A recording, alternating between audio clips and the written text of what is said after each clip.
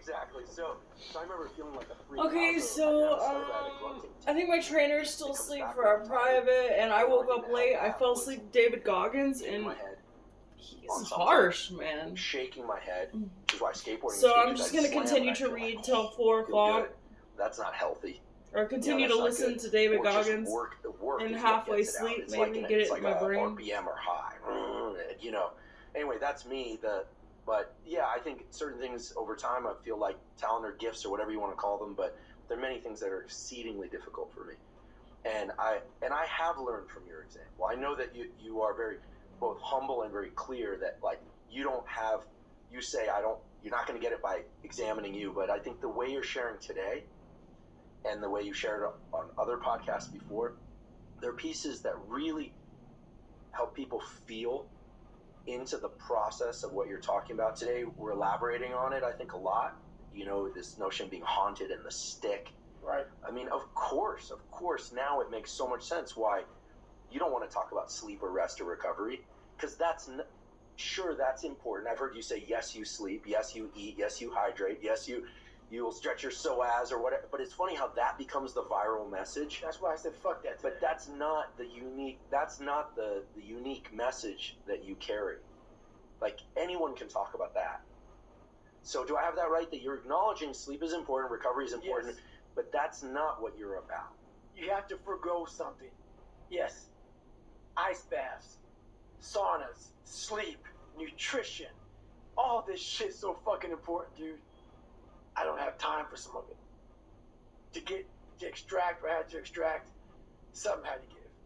Like you talk about you when you were younger, you would give these speeches and stuff.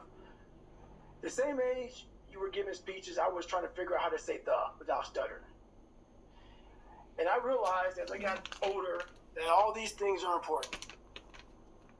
But for me to stop stuttering, I gotta build fucking confidence. And speech therapy didn't help that. Nothing helped that.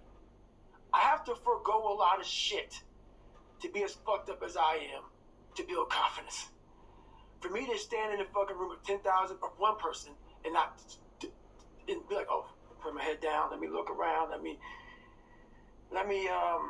read these paragraphs first, and then before I read the paragraphs, because they're calling me next, let me just leave the room, I want to stutter. That's a miserable life.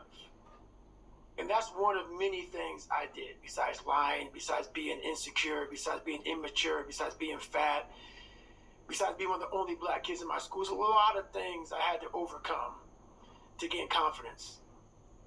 And in doing so, a lot of that had to go. A lot of it. So I became the guy that became once again misunderstood. You only sleep 4 hours a day, 2 hours a day. Sometimes you don't sleep at all. Like, what's this and what's this and what's this? I know it's all important. I can't. Something's got to go. For me to get confidence, because confidence is the building block of where I'm trying to go. For me to gain confidence in myself, this fucked up kid has got to do a lot of fucked up shit to gain confidence. And along the way, the stutter went away and I gained confidence. And now my life is a little bit more, there's no balance. There's no balance. It's a little bit more what it should be for a lot of people, but there'll never be balance because confidence is something that you constantly, confidence and belief, you're building every day. And so something's got to give. And I'm willing to forego a lot of things to have that because I know that is, if you want to give somebody kryptonite, take that shit away from them. So yeah, I don't sleep sometimes, and sometimes I don't eat the right way, and sometimes I don't do this and do that and whatever, man. But you put me in a room with 10,000 people any time of the day, and I walk in there thinking I'm the baddest motherfucker in here. Because I know what it took to be on this stage, and a lot of people will not do that. So that's what it takes. There's a question I've been wanting to ask you since we started, and I thought about coming in here, and I've been thinking about in the weeks ahead of this, and I'm going to just come clean and say I don't exactly know how to ask the question. Just ask it. So, it's about relationships. Oh, do it, man. So, I know in myself that my discipline is much higher when it's just me, but that's because I had certain things early on, but then I was a terrible student, barely finished high school, but then when I got serious, but I did that by staying away from everybody. And anyone who's ever had a relationship of any kind, but in particular romantic relationships, knows that yes, you can derive tremendous support from those. Like, you got this, baby, you can go, and you're like, yeah, I got this. She said I got this, you know? Right. It feels great to finish something and share with someone. Share a meal, you know, get to hug it. But there's another side to all of that. Right. That I'd like to learn more about from you, which is there's a warm body next to you in bed in the morning. You don't want to get up. They also have needs. You've got your mission. That people sometimes need things from us, but also oftentimes the people that love us most, that truly love us and that want to support us, don't understand this thing. And they're the first people to tell us, like, listen, take a day off. And then this whole cycle, at least in my head, goes off. Like, you just want a vacation, and then it's almost like a paranoia. I'm not saying anything nice about myself right now. Right. Oh, good, man. Former girlfriends are gonna be like, yeah, like, you know, that they remember and so support of people close to you is critical. This could be friends, could be romantic partners, whatever. But they're also the knife cuts both ways. It can be the thing that can really undermine this thing that you're talking about. Because the people that care about us also want to see us comfortable. Right. They want to see us happy. They want to see us peaceful. They want to see us wake up from a great night's sleep, and they want things too. Right. So how do you untangle that whole bit? Well, it's funny, man. I'm unbalanced, but I'm mostly unbalanced towards the family side. That's what you don't get about me. I'll start being unbalanced. I get all my stuff in, but what I do is I make sure that my family has everything they need. Everything they need. Those who want to be part of my family. Some don't. Some family members don't want to be part of David Goggins. I get it. I got it. That's life. Those who are part of my family, I give them everything they need so they can leave me the fuck alone. I make sure you're happy as fuck because I gotta go to work. And I don't mean smoke jumping. I don't mean running. I mean all of it. It takes I can't have you in my fucking shit. Can't. So I know for me to have a family, I gotta make sure that you realize I'm gonna give you everything you need. So when you start bitching at me, I'm gonna say, look, hang on. I dedicated my life to give you everything you need. I need this time right here. For me to be the best I can be, because this journey started without anybody. And I make sure everybody knows that who comes in my life. I've been left, think about it. I was left alone at a young age to figure this shit out. I figured it out for myself, and it's been very successful for myself. No one's gonna come in here and fuck with my shit. That's why I make sure I will take care of whatever you need. Whatever you need from me, you got it. Money, house, my love, my support, I'm gonna give you everything you need. That said, I do it the highest level possible. And I'm saying it with Jennifer in the next room. So please come in and say something if it's wrong, Jennifer. I don't give a fuck. Say what you gotta say. So then when it's time for me to go to work, I expect you to do the same for me. Because it takes every bit of me to do what I have to do. So I make sure that I'm very unbalanced for my family, so I can be exactly that unbalanced for myself. And that's how I do it. I let people know right up front, I'm not what you want in a man. I guarantee that. There's gonna be a lot of late nights, a lot of early mornings, a lot of times where I gotta be by myself, thinking about the process that is next in my mind. I can't have aggravation, I can't have this, can't have that. There's a lot of things, but I let them know up front. I'm very vocal about that. Sometimes relationships work for me, sometimes they didn't. But that's who I am. One thing I did wrong in my life was I tried for so many years to please people. And I did it at the expense of myself. I was leaving a lot in the tank. And when you do that, you stop living. But the person in your life is happy as fuck because you're giving them everything they want. They have their life is full, but you feel empty. And that's not a relationship to me. So for me, it's important that you know exactly who I am, because this is what life made. And I'm not trying to change it because I just figured it out. So I'm not trying to compromise David Goggins. I would never, ever compromise David Goggins. That doesn't mean I won't give you what you need and what you want and what you desire. But I don't need money. I don't need fame. I don't need shit. So I give it all away. What I do need is to make sure that willpower is worked on every fucking day and every night for the rest of my life. Because that's the one thing that's going to keep me feeding you, keeping you where you need to be. Because once that willpower is gone, 300-pound David Goggins, he may not look like it, but I will walk around with it. So the things that are important to you in life, you must do always, or you're nobody. And that's how I handle relationships. Amen to that. Something I could personally work on is that upfront, clear communication. Because it resonates, that feeling of like there's something inside that's not getting worked out that when I'm on my own, it's a lot easier. But then of course, wanting relationships and family, I think that's a healthy part of being human too. Sure. And obviously you've worked it out, so I appreciate you sharing that. I don't think I've ever heard you talk about it people that are way scared before. of that, man. People are scared of that conversation with their wife, husband, girlfriend, boyfriend. But why are you scared of it? Why are you scared to tell a motherfucker, your wife, your husband, who you are? Who you are, exactly who you are. And that was the problem I had. That's a problem that a lot of us have in life. No one knows who you really are. No one knew who I really was. I went to a school where there were a lot of black kids.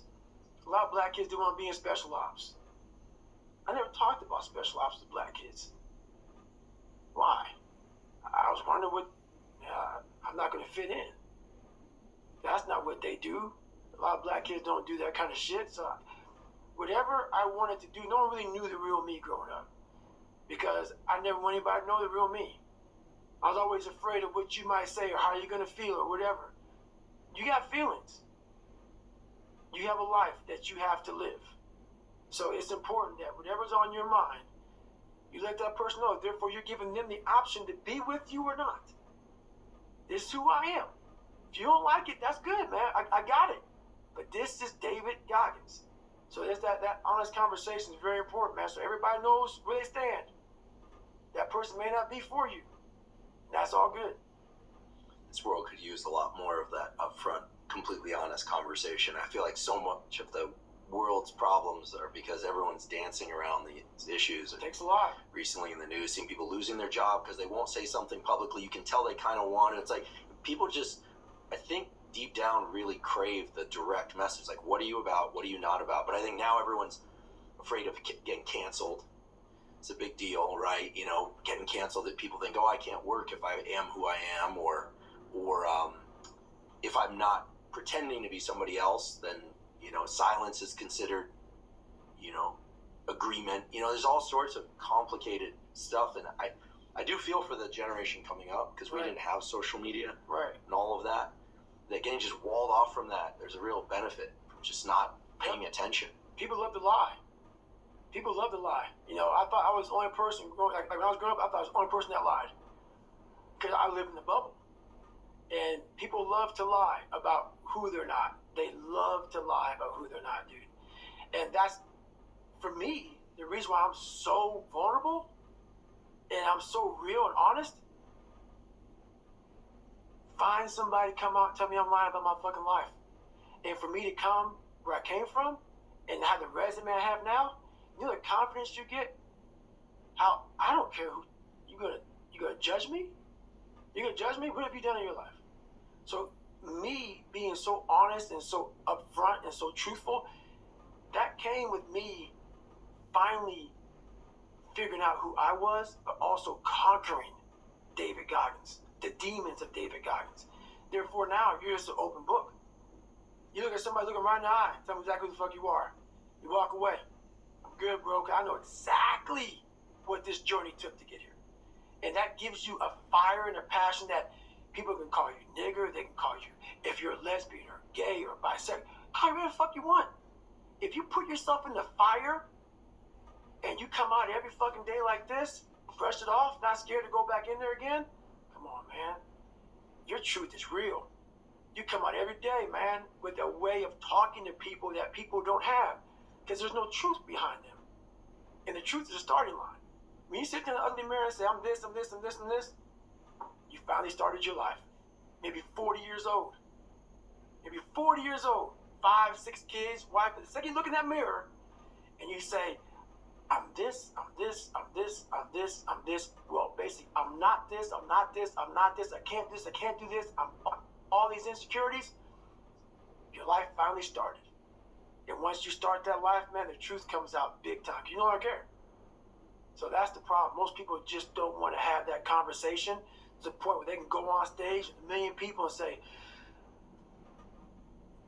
I'm all this. And have a good day. See ya. It's empowering. It's very empowering. I feel like the way we're educated in school, but also outside of school, is we're trained as human beings, these young brains, to try and figure out how to get positive feedback from other people. Yep. It's like we're like little dogs. Yep. You have a bulldog. That's right. I had a bulldog. Saw the picture of your bulldog. She's great. They're Charlie dog. They're an amazing species. They are. I think of them economy of effort. Yep. Or amazing breed. Excuse me. They're an amazing breed. Economy of effort. They don't do anything unless it's necessary. It's kind of the exact opposite of everything we're talking about. It's kind of interesting, and they're kind of hedonists. Yes. Now, it is true that they'll die to protect you. Oh yeah. And it's an instinct. Yes. I saw that with Costello. I'm sure that. I saw it with Charlie. Yeah, it's an instinct. But if they're not in that position, if there's no need to exert effort, they're rested. Yeah. So your bulldog's resting for you. Yes. Got it. Exactly. So you don't need to rest because active recovery, Charlie. Perfect. That's it. Perfect. That's gonna be your answer from now on. Active People go, recovery, does he Charlie. sleep? Does he rest? Go, no. He somehow worked it out so his bulldog does it for him. Right. But we're sort of indoctrinated into this way of being from a time that we're young, where of course praise feels good, right? Someone tells you, "Hey, I like that shirt," or "Good job today," or "Nicely done," or for me, because I like growing up in a big pack of friends growing up, and I was never the greatest athlete, wasn't terrible, wasn't great, etc. Like a fist bump or like a feeling crewed up, and you're just like, yeah. But you've talked about this before in reference to the SEAL teams. We both know a lot of people in that community, and the teams component is a big part of it for a lot of people, and it's a wonderful thing. Right. But there's a danger to that dopamine hit, for lack of a better way to put it, from what we can only derive when it's coming from outside. You're talking about being able to either say good job, but also like just look to one's own personal history and say, I've done hard things and I can do it again and again because I do it again and again and again. You're talking about parenting yourself, yep, inspiring yourself, yep, scaring yourself, yep, all of that from the inside. Yep. So very different than the way we're raised, which is to figure out how to get the biscuit. It's funny, man. People want to know how I'm always motivated. It's the unseen work, which you just said is a true statement. Those are false dopamine hits that people are giving you, man. There's no belief in that. These are team work dopamine. Like, I'm out running at 2 o'clock in the morning, 1 o'clock in the morning, in the gym, long sessions by myself. That's real. How I'm able to just extract dopamine, the good dopamine, whenever I want. Man, I've trained 99% of my life alone. No one pat me on the back. I did all of the work alone. And while I'm still hard on myself, I know what I did. So whenever times get bad, people, all this, who's gonna carry the boats and love? That's real. I hate that people know me for that guy, because that guy is not every fucking day. Like, when they see me, they want that energy. That's not me every day. I can extract it immediately when I need to, because when you train alone, and I lived alone for so many years in this misery, and you're able to get out by yourself, I can take myself to such a level of real passion and purpose, and like, the feeling I get is something I can't even explain by myself. I don't need anyone. That's why people come to me to motivate them. No one can motivate me. I have a resume full of fucking motivation. That whenever I'm down, like, oh, hang on, motherfucker. Oh, you know the truth. You know the truth. You know the darkness of the fucking dungeons and the fucking demons that fly. You know, and then from there, it's like, oh, okay, You were there. You know this. There was no one there to pick up the rucksack, to pick up the boat, to pick up the log, to go in there. It was you. It was you. There was no pat in the fucking back at 300, at 275, at 250, at 220. No, that was you. So those things that come out of me, that extract from me in the darkness, people are looking for that pat on the back. Where is it? Oh, I don't need it. Because what I've done is in the fucking unseen work, I built Frankenstein.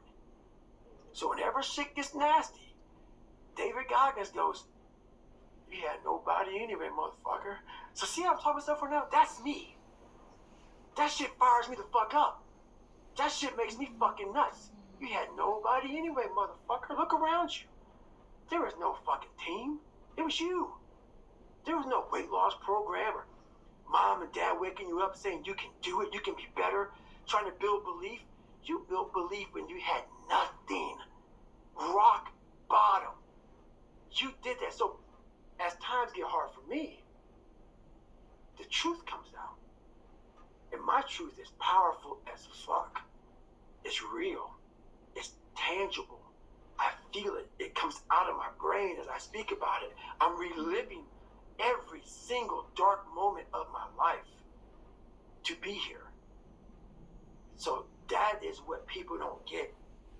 That is what motivates David Goggins, is the unseen work. But everybody needs that pat on the back. They need that training partner. They need that accountability coach. I don't need that shit. And neither do they. But it's what we've trained ourselves to believe that we need. It's almost like there's this pill on the shelf. I'm speaking in analogy. Right. And we take it and we get jazzed up. We're like, yeah. But there's this other medicine cabinet behind there, and it's in us. You're right. saying the real medicine cabinet is inside. Oh, yes.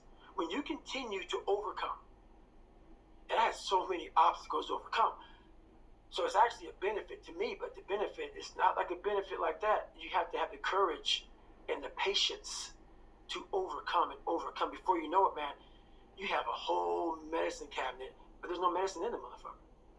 There's no pre-workout. I don't take none of that shit. All I gotta do is flip my brain, put my finger in there and say, okay, that's a good one. That's all I gotta do, man. I got the Rolodex of just like, go fuck yourself, Goggins, and oh, but you won. Let's do that one today. There's nothing I need. And this is the thing that people don't get about David Goggins. I can't teach it in a 1-minute video. We all have this ability to have our own medicine cabinet. But unless you go in there and put the medicine in there, it's always going to be fucking empty, man. You're always going to need the pre-workout. You're always going to need I don't drink coffee. I don't do none of that. I don't need it. I can run for 70 hours, and I had before. No caffeine. I got all this wonderful shit that I overcame on my own, by myself, in the darkness. That, man, when it's cold, I'm hot. When it's hot, I can feed myself all the time. And that's why when people say, man, why aren't you missing anything? I can't explain it to you, man. Can't explain it to you. You'll never understand. That's why I don't do all these podcasts, dude. I love you, man. That's why my first book, you did a blur for me. That's why I'm here. I love what you're doing for people, man, but I can't explain this. I can't explain this because people don't want to do this. They don't want to do this, man, but I don't know, man. I get jazzed up even talking about it, man, because so many people think my life is just so, oh God, his life is horrible. Like, don't follow him. He's crazy. Really? But there are a good number of people, I would say, and that's an understanding that actually do. Are. I think what I'm hearing today, and it's really sinking in, is that a great many people either partially or completely misunderstand you. Yes. I'll put myself in the partially category. Big time. Because I thought it was about just a forward center of mass, carrot, carrot, carrot, carrot, but it's the stick. It's the stick. And it's being haunted. And, you know, I do have examples from my own life, which is not what today's about being really afraid and then turning things around. Right. My biggest fear is getting comfortable. Right. I do not have as much of a stick-oriented approach, but today's conversation's changing the way I think. I'm not going to step away from this and think, okay, there are 25 neural circuits that can explain 10 of the things that David's talking about, and what I'm thinking about is the fact that everybody has a brain. They have a mind. Forget the brain. The brain is just the physical structure, but what that manifests, what that creates, is the mind. And everybody has that. So I do believe that everyone has the capacity to do what you're talking about at some level. I also will be the first to confess that I think you are highly unusual. Let's just say, maybe even N of 1, as we say in science. Sample size of 1. Right. Somebody who's created this process for themselves and keeps themselves in this forward center of mass with the stick battering the back of their head all the time. Right. Highly unusual. But this internal medicine cabinet that you're talking about, building up true confidence, not needing anything from the outside, I like to think that people want that. They want to be known. They're afraid, but that they want to be known for who they really are, and that you're describing the path to do this. Right. And I will say, I'm immensely grateful that you're talking to us this way today about things that you've talked about before, but we're hitting it a little differently, I like to think. Very different. Because what you're talking about is a process. It's verbs. It's all verbs. All action. And it's not about success. It's more actually about keeping that friction dialed to 10. Right. And that no energy drink, no supplement. People often misunderstand me. They think, like I'm big on people getting sunlight in the morning so they can set their circadian rhythm and get better sleep, so they can, et cetera. But then people always think they go straight to the supplements. Yeah. What should I take? And then of course people think I'm all about supplements. And supplements are one piece for me, but it's like tiny fraction compared to the do's and don'ts. That's why I didn't want to talk about that today. That's why I'm glad we're talking about this. This is it. This is it. Like, the brain is the most powerful weapon in the world. And it's crazy how a kid that wasn't real smart, I was forced to go only internal. External had to go away. The external world had to go away. And living so deep inside myself, it was me in this brain and figuring out how this thing works. And it's so many people are doing exactly that. The supplements, the this, the that. And I agree, it helps. But once you figure out your brain, you become unstoppable to almost anything. Yeah, you can't beat death, you can't whatever. Your brain's amazing. Once you feed it the right conversation, the right mental nutrients, the right mental supplements, the right internal dialogue at the right time, with the right hit, with the right proof of what you've done in the past, and you send that right to the right circuit, dude, you're a fucking beast. A beast. But once again, you just can't read about it. You can't sit back and be a theorist. You have to be a fucking practitioner. And in that practice is where that becomes proof positive. What I'm saying is like, God, David Goggins, he's blowing my mind. What is this? He's not crazy. And so many people, a lot of people, have listened to me the right way, and they come back and they're like, I'm totally on board. It happened. It happened. I'm like, it'll keep going, man, if you keep doing it. But that is it, man. There's no sun. There's no glory. There's no carrot. There's no victory. But there is all of it in one. I just can't explain it real well to people, man. But what you get at the other end is something that you're always found. You're never lost anymore. Doesn't mean the journey's easy. Doesn't get any easier, but you're always found. I love that. I just want to hover on that for a sec. The same way we hovered on Haunted and the Stick. I think people feel lost. I've certainly felt lost at times in my life.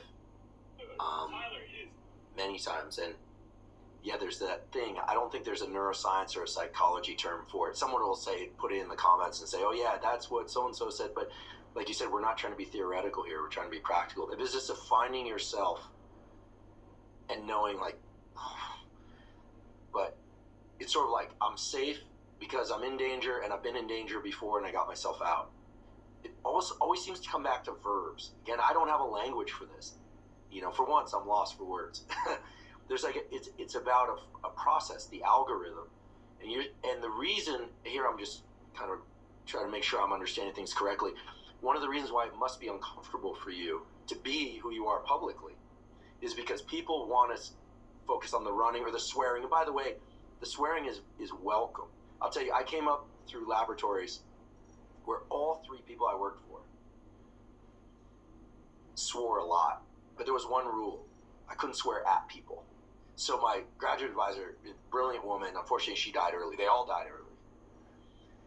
I'm the common denominator. I had that internalized for a long time. Right. Anyway, she said, but if you swear at people, you're out. Right. But you can swear as much as you want. So that's the rule I have. It's like you can swear as much as you want, just don't swear at people. And if you swear at people, better be ready to fight. Right. I'm definitely not going to fight you. So you can swear at me, get away with it. But the fact of the matter is that it must be frustrating that people, because I know people go, oh, it's all about supplements and ice baths. Listen, I like supplements. I love supplements and ice baths. But that's not the full picture. It's just a gravitational pull. It's the swearing. It's the running. It's his feet that are all messed up. Yeah. It's the fact that he got a Triton. Yeah. It's this SEAL guy. Yeah. Talk about that too, right? You know, and there's a gravitational pull for people, and they're missing that's like the tip of the iceberg is what I'm realizing. I'm realizing that today, thanks to the way you're phrasing things, because the bigger vessel is all in here, and as you said, how do you put that in a book? It's impossible. Because it's highly individual. Yes. You do it your way. Yes. And you're saying everyone needs to go figure out how to do it their way for them. Yes. And the thing about being misunderstood is very frustrating. More than I can even imagine. I can't even express how frustrating it is when the cussing and everything comes from a place of real. I can't explain what I do without it. The passion comes out of me. It's almost like speaking in tongues. Because when you put that much work, and people go, oh yeah, there's been this basketball player, this football player, this... Dude, no. Everything is work. Everything. And people don't believe it. So when I speak, the motherfucker and the fuck and shit and that is what it took for me. What it takes for me. The anger, the passion, the jaw dropping, just it takes that. Because I'm not that. This is how I look at it, man. What built this guy? Let's imagine being in the coldest water you can possibly take. I always go back to Hell Week with this. I hated the water. Hated it. You're sitting there locked arms and you're in the water all the time. And they're bringing you in and out of the water. In and out of the water. When you have this dialogue in your head, and these people are judging me off of a freaking 1-minute video, and you're constantly your whole life, when you figure it out at 24, that I just gotta, this fucking gotta, and this is just gonna suck. Every day is gonna suck. And live like that. To be better. And I put it this way, I'm in the water's going over my head, the Pacific Ocean, you know it's freezing. February, cold as shit. Been through 3 hell weeks. For you to constantly win, when this voice over here, the real you, is saying, get the fuck out of here. Go. You're nobody. You've always been nobody. And it's true. People don't hear that. That's a true voice. That's the real reality of David Goggins at 24 years old. It's not a false reality. And then you had to create another voice over here that is saying you're better than that other voice. And you're in the freezing cold water that both voices don't want to fucking be in. But you win. And it goes from the water to the studying, to the running, to losing weight, to how you eat, to how you function as a man. every day of your life, you're winning these battles. And then I have normal people who only have one voice. Never created the second voice. The winning voice is the second voice. They have one voice. And that's just, I'm a piece of shit. And that's all they hear. And then they judge people like me who are out here trying to be better. It's something that I can never really, it's a frustrating thing for me. Because I know the majority of people. I know what goes on in the brain. I studied the mind more than you. Because I'm a practitioner. So for you to be a piece of shit and come out of that, you don't just come out of it. You spend decades studying your mind and the human mind. On how my trainer just messaged me. Good environments, bad environments. Yeah, I figured he didn't wake up in time. He lives here like I do. Put all this together to create the my mind training. to become successful. Well, my private, but I'm still going to so training. I'm like, God in 30 bless minutes. me with this brain. I had to create a mind. And so in doing so, I figured out every piece of shit human being in the world, because that's what I was going off of for myself. So I know why you go on Instagram. I know why because you just have the time. You have the time because you don't want to put that time into bettering oneself. So I know why I'm misunderstood. I'm misunderstood by people who have plenty of time on their hands to misunderstand me because they are exactly where I once was. Was the low-life, lazy piece of shit. That's one way It's to the say harsh it. reality of people who troll you, who go after you. They have nothing better to do with their lives. It's not some after school special. It's the truth by once was that way. I know where it all comes from.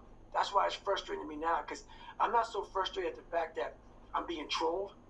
I'm frustrated by the fact that you don't have the courage to try to be somebody better than what you're not.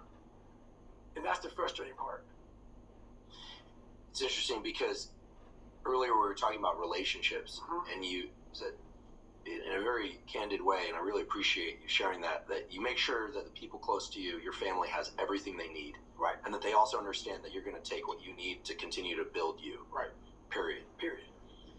In some ways, it seems you've also included the general public in that family. You're saying, listen, I'm going to give you what you need. I'm going to give you as much of myself as I can, except I'm going to stop right at the line. Right.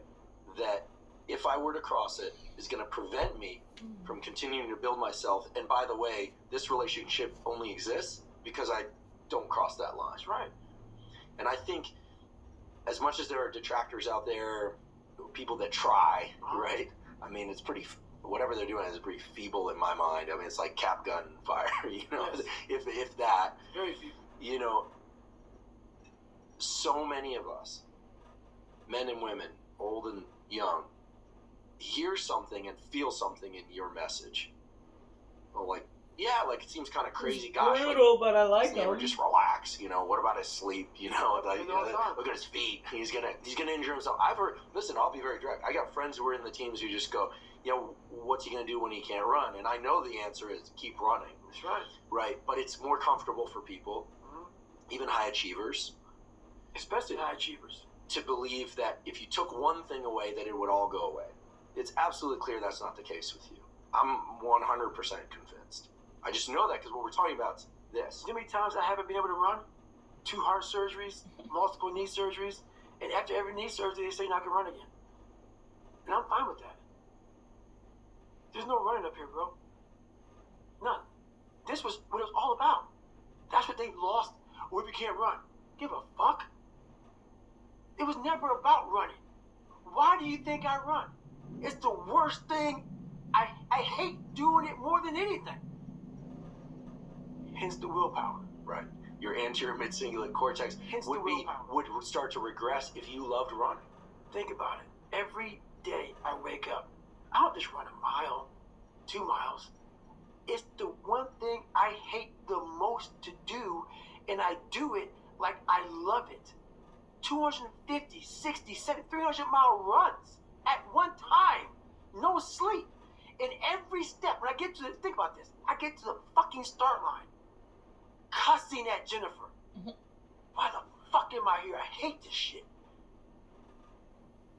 After 70 some hours of running, every fucking question I ever had is answered.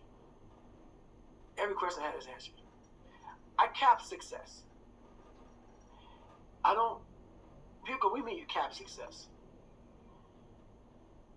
For me to be who I am. So when I go smoke jump, I smoke jump 3 to 4 months out of the year, sometimes 5. Could you, just for those that aren't educated about, just like give us a brief description of what smoke jumping entails? So basically, you jump into fires, not into them, but you jump by fires that people can't get to. So out of planes and helicopters. Right, out of planes, fast parachute. It's all parachuting. So you parachute out of airplanes and then you fight the fire. You and sometimes 4 other guys or maybe 8 other guys and gals, and you're putting this fire out. So I lose millions of dollars every summer to do this. It blows people's minds. Why the hell are you doing this? And you're breathing soot. I'm breathing soot, knees are jacked up, hitting the ground, hurting, whatever. Talking to normal people that never get it, so I don't even explain it to them. But this is why I call cap success. I'm talking financial success. For me to continue having that willpower, the second I just become a speaking monkey and travel around and speaking gigs 12 months out of the year, put camps on, do this, put on lectures, get supplement lines and do this and write more books and shit. I've ruined the exact thing I worked on my entire life. And while I didn't know it to the day, but something always told me, this is a very, very, very perishable skill, this willpower that you have, because I do have a willpower that I have never seen in anybody in my life. It is a haunting force that just keeps me going. And I know that's one way to look at it. That is my strength. If you have that, so that's worth every dime I've ever made in my life. Is the fact that I can look a man in the eye finally and have a real conversation without going like this. Because I'm lying, or I'm a piece of shit, or I know, you know how a person, and so many people do this shit. They're talking to you on who they want to be. They're lying to you. And they walk away, I've done it so many times, walk away like, God, man, why can't I just tell him the truth? Why the hell can I just tell him the truth? You know how good it feels for me now to look at you in your eye, and every man I see. Because women won't get this. Women will not get this. Man to man, that man shit. You look another man in the eye, and you know that everything you're fucking saying is real. And it comes from a real working place. Something that you earned. It's the best feeling in the world. You can say that actually happened. Yes. Like I know with certainty what I'm saying actually happened. Actually happened. Who I am and who I say I am. No more lies. No more skirting the truth. No more bullshit. And that is worth every dime I've ever made in my life. And I swear to God on that. Every dime I've ever made in my life. Building who I built. So I cap success because I know that if I ever go 12 months out of the year and don't put several every day, I'm going at it. But several months out of the year, I go right back to ground zero. Which means I'm just fucking David Goggins. No Goggins. No carry boats, fucking logs, bullshit. It's just pick up that fucking Pulaski and dig. Hey, get up. Get that fucking pump, walk down a mile, put it in the fucking water, mosquitoes beat. You're just David Goggins. You're nobody. Because that's where my growth is. That's where my willpower comes from. And that's where it stays. That's why when I talk to you now, and then can't I talk like this, dude? People don't talk with this kind of passion because it ain't there. It ain't there. They're regurgitating some shit from 30 fucking years ago. I'm regurgitating shit from an hour ago. Come on, man. It's just be real. And I can't be on these podcasts. I can't talk to anybody without being real. I'll go away. I'll just go away. Because I can't give you what I want to give you. you said perishable skill. I think that's another set of words I want to highlight, because skill implies behavior. And when we were just talking a second ago about the deep, true bedrock sense of confidence that comes from looking someone in the eye and telling somebody something that you absolutely know it's true because it happened. You're talking about actions. You're not talking about perceptions. You're not talking about what you believe happened. You know it happened. And there's something really concrete about actions. And that's what's so interesting is we're talking about the mind, but actions are the manifestation of the mind. And the stuff that just stays in here. Actions are the manifestation of the mind. Wow. Wow.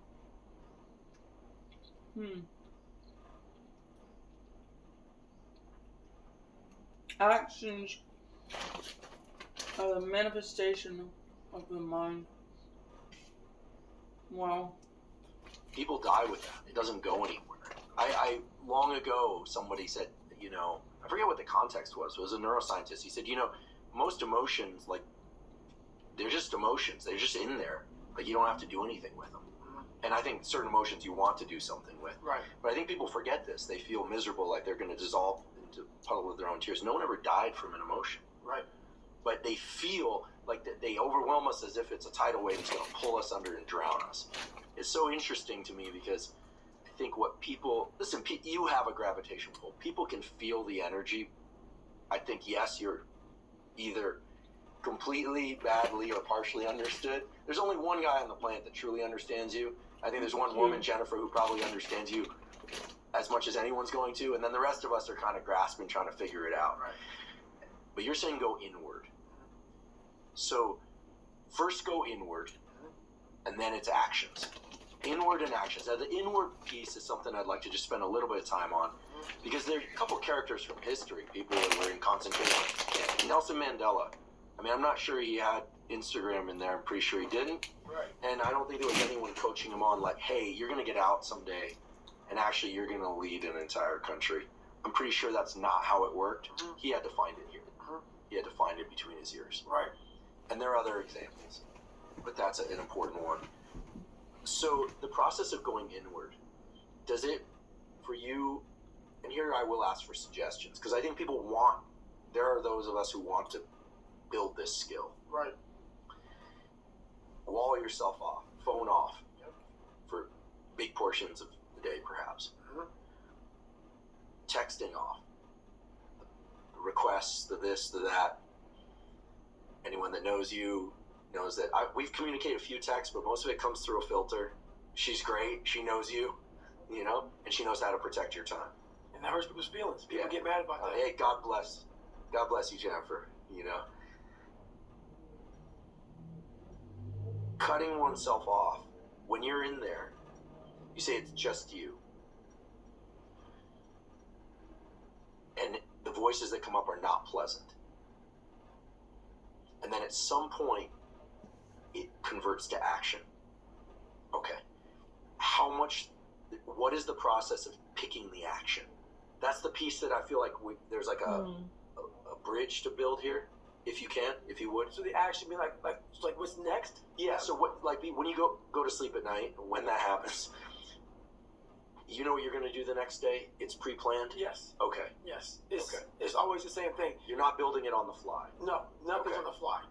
Nothing. So how it works internally for me is I put it exactly how it is. I'm an artist. And every day I'm painting Mona Lisa. Every day. I love It's that. a different one. Not the same painting. Painting Mona So every Lisa. day I wake up and look at the same thing. It takes a different way to get there.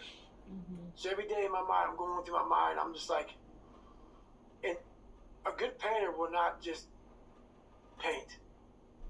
He needs to create. And you can't create with phones and everything going around you. So you got to block yourself off. You only do 2 podcasts in a year. You block yourself off and you're painting this thing inside, and you're going through all these different colors of paint and everything else. And you can only figure out the right painting if you spend the correct amount of time in your brain. So every single day, I'm literally going with my mind and I'm painting. I'm creating this this masterpiece. And the masterpiece is always myself. It's got a different form of meditation. You cannot have any distractions. Because if you're talking to an artist and he's trying to think about the next painting, he can't. So it's impossible to listen to you and listen to what your mind and body are telling you we must do. People don't do enough of. They don't do any of it. They don't have passion. They lack passion, drive, determination because you haven't spent time with yourself. Your mind will tell you what is next. But you haven't spent the time to go, all right, let me just figure this out. You're looking for, let me Google this, and let me Google that, and you're not going to find it there. Because there's billions of people in this world. And they're all supposed to be individuals. But we have a pack mentality. That's why you're so fucking lost. Why am I so unique? I'm being exactly what the fuck I was supposed to be. I ain't follow shit. And when I did follow shit, I was like everybody else. The second I said, okay, man, hang on, dude. You don't like this, you don't like this, you don't like this. Who are you, David Goggins? Who are you supposed to be? Miraculously, all these things just... I couldn't even... The list of shit I had to do just... Wham! It's like, fuck, okay. Wow. Once you sit down with yourself and say, okay, I don't want to be like Michael Jordan or Jim Brown. They both were on my birthday, so I looked at their birthday and said, oh, maybe be one. I can't. I'm going to be David fucking Goggins. And that looks like this. It just came, everything flooded. So every single day of my life, there's a different thing that comes up that I have to do. But no one knows what to do because everybody else is following steps. Like the Republican and Democratic parties. I'm not political. Neither am I. At all. For this reason. Republicans are going to vote Republican. Democrats are going to vote Democrat.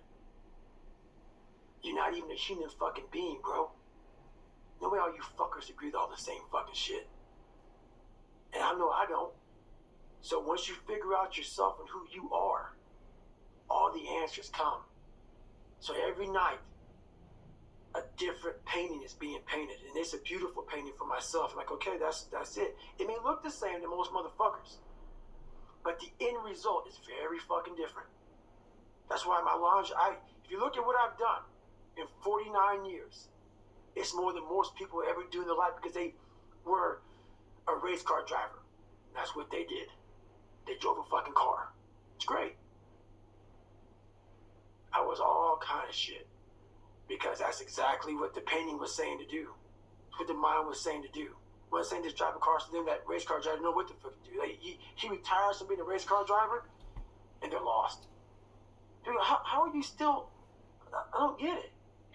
Dude, you're never going to fill your list, but you never found your list because it never was presented in front of you because your head was cluttered with shit.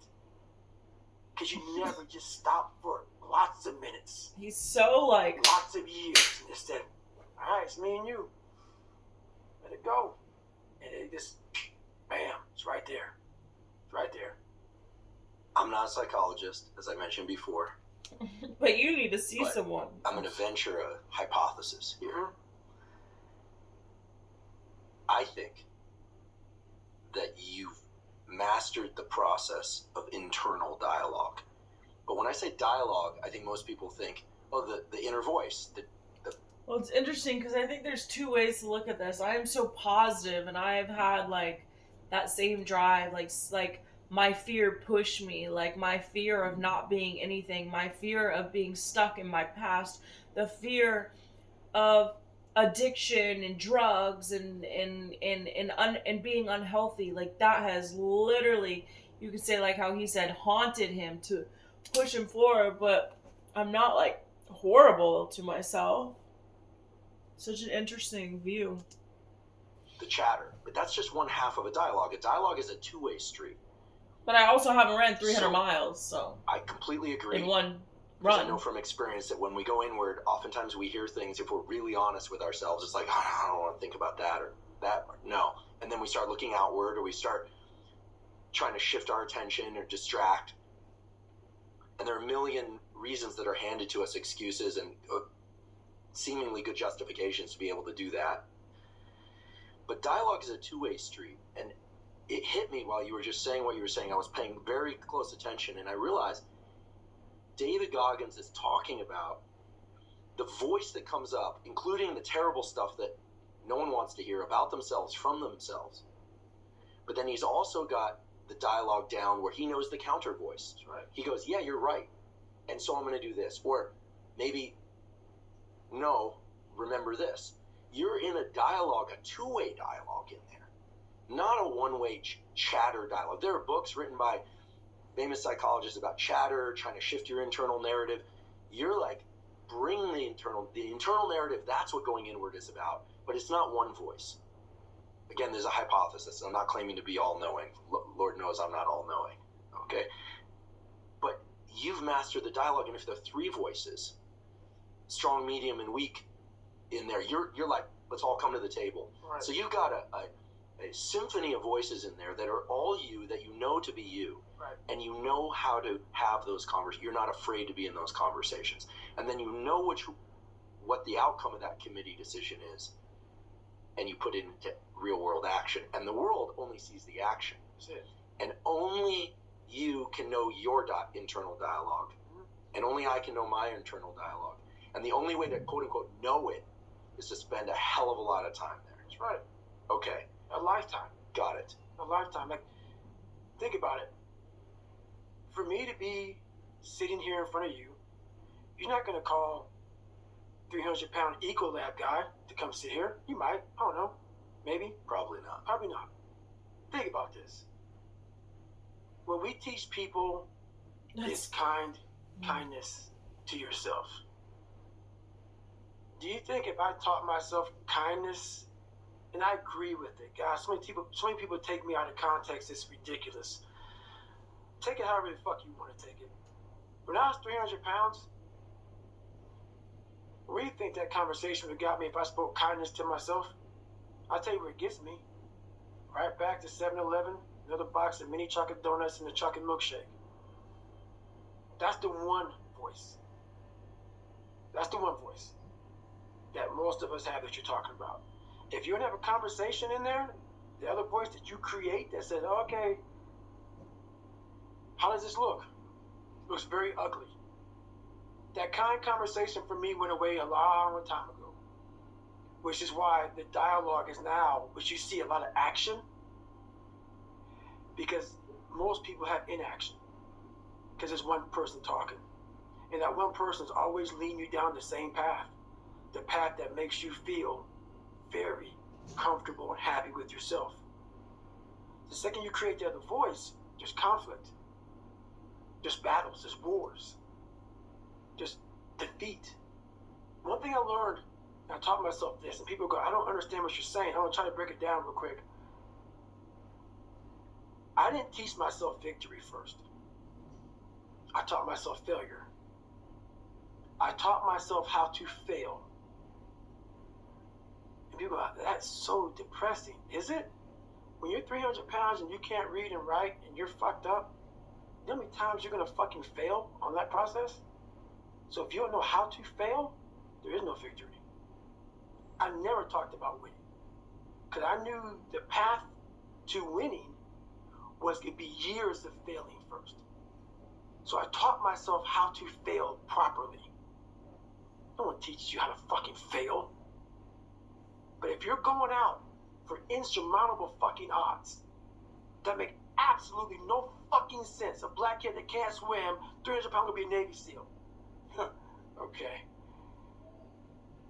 You better teach yourself how to fail first. Because if you sit in failure for too long, you will never come out of it. So the first part of my success was learning how to fail properly.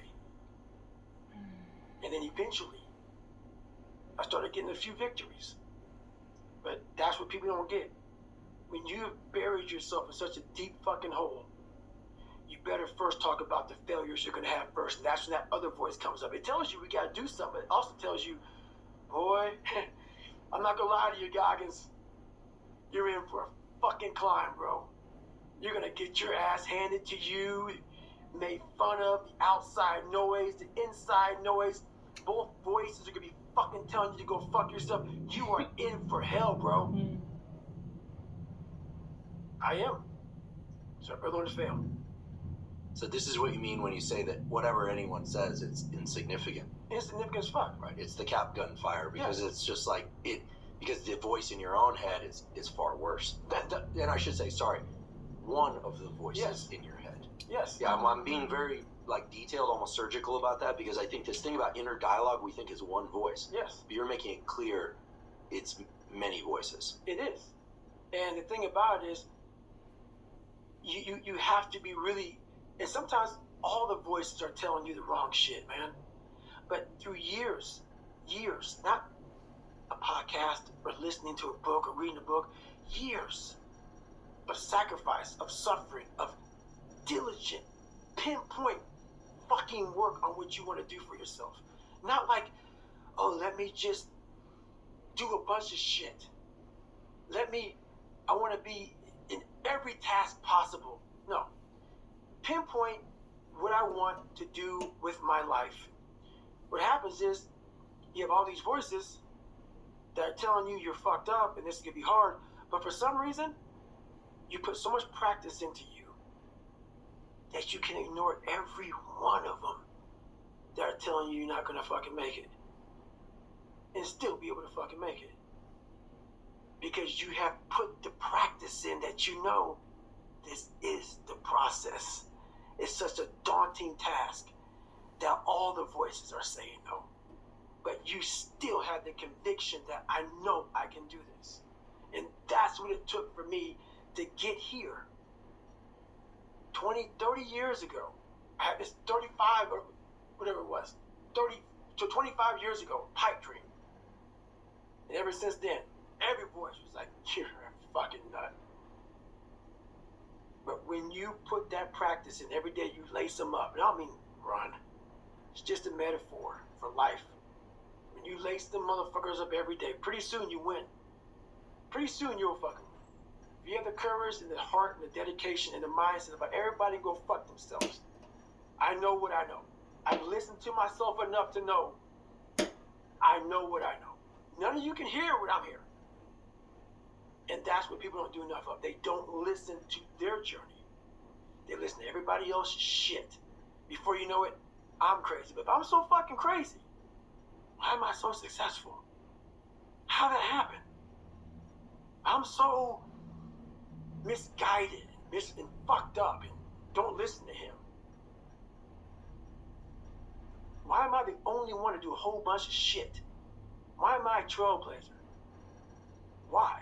How is that possible? How can you be fucked up and also self-made at the same fucking... No. Obviously, you're not looking at the truth in front of you. The truth in front of you is it sucks. It's painful. It's fucking mind-numbing. And that is the truth. And that's why a lot of people don't like listening to me. Because this is what it takes. Creating another voice and sometimes going at it alone. All the time going at it alone. Because no one's going to believe in you. That's that. What I'm about to say is not conjecture, and I can say that with confidence because I did a 4-episode guest series with a brilliant psychiatrist, a guy named Paul Conti. He's from Trenton. He's a Stanford, Harvard trained guy. He's also got a lot of street in him. He's had his own hardship, real hardship.